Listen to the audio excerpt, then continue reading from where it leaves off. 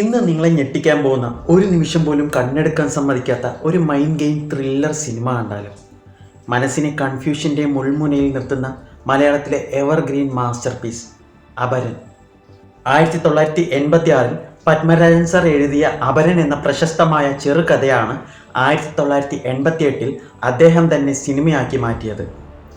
ഒരു കഥയെ എങ്ങനെ അതിനേക്കാൾ മികച്ചൊരു സൈക്കോളജിക്കൽ ത്രില്ലർ സിനിമയാക്കാം എന്നതിൻ്റെ മാസ്റ്റർ ക്ലാസ്. ഈ കഥ തുടങ്ങുന്നത് വളരെ ശാന്തമായാണ്. വിശ്വനാഥൻ എന്ന സാധാരണക്കാരനായിട്ടുള്ള ഒരു ചെറുപ്പക്കാരൻ ജോലി നേടി സമാധാനത്തോടെ ജീവിക്കാൻ ആഗ്രഹിക്കുന്നയാൾ. പക്ഷെ പെട്ടെന്നൊരു ദിവസം അവൻ അറിയുന്നു അവൻ്റെ അതേ മുഖച്ഛായയുള്ള, അവൻ നടക്കുന്നത് പോലെ നടക്കുന്ന, അവൻ്റെ അതേ ശബ്ദമുള്ള ഉത്തമൻ എന്നൊരാൾ ആ നാട്ടിൽ എവിടെയോ കറങ്ങി നടക്കുന്നുണ്ടെന്ന്. വിശ്വനാഥൻ ചെയ്യാത്ത കുറ്റങ്ങൾ, അവൻ പോകാത്ത ഇടങ്ങളിൽ നടക്കുന്ന ക്രൂരതകൾ, കൊലകൾ, പിടിച്ചുപറികൾ അതെല്ലാം അവൻ്റെ തലയിൽ വീഴുന്നു. നാട്ടുകാരും പോലീസും സ്വന്തം കുടുംബം പോലും അവനെ ഒരു കുറ്റവാളിയെപ്പോലെ സംശയത്തോടെ നോക്കാൻ തുടങ്ങുന്നു. ഞാനല്ല അത്, എൻ്റെ രൂപമുള്ള മറ്റൊരുത്തനാണ് എന്ന് അവൻ വിറയ്ക്കുന്ന ശബ്ദത്തിൽ എത്ര നിലവിളിച്ചിട്ടും ആരും വിശ്വസിക്കുന്നില്ല.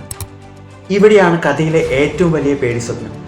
ആ അപരനെ സിനിമയിലുടനീളം പത്മരാജൻ നമ്മളെപ്പോലും കാണിക്കുന്നില്ല.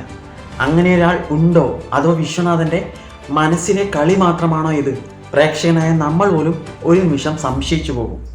ഇനി ഇതിൻ്റെ കഥ അവസാന അംഗത്തിലേക്ക് കടക്കുമ്പോഴാണ് സസ്പെൻസ് അതിൻ്റെ പീക്ക് ലെവലിലേക്ക് എത്തുന്നത്. ഒരു ഇരുണ്ട രാത്രിയിൽ, അത് നമ്മുടെ വിശ്വത്തിൻ്റെ ഗ്രാമത്തിൽ വെച്ച് നമ്മുടെ വിശ്വവും അവൻ്റെ അപരനും തമ്മിൽ ജീവന് വേണ്ടി ഒരംഗം നടക്കുന്നു. അതിലൊരാൾ മരിക്കുന്നു. പിറ്റേന്ന് രാവിലെ മൃതദേഹം വിശ്വത്തിൻ്റെ വീട്ടിലെത്തുന്നു. നമ്മളെല്ലാവരും കരുതും കഥ കഴിഞ്ഞു എന്ന്. പക്ഷെ പത്മരാജൻ എന്ന സംവിധായകൻ അവിടം കൊണ്ടൊന്നും തീർത്തില്ല. അവസാന രംഗത്തിൽ കത്തിയെരിയുന്ന ചിതയ്ക്ക് മുന്നിൽ നിന്നുകൊണ്ട് നമ്മുടെ നായകനായിട്ടുള്ള ജയറാം നടത്തുന്ന ഒരൊറ്റ ചിരിയുണ്ട്. ആ ചിരി കാണുമ്പോൾ നിങ്ങളുടെ നട്ടെല്ലിലൂടെ ഒരു തണുത്ത വിറയൽ പാഞ്ഞു പോകും. അവിടെ മരിച്ചു കിടക്കുന്നത് ആരാണ്? വിശ്വനാഥനാണോ അതോ അപരനാണോ?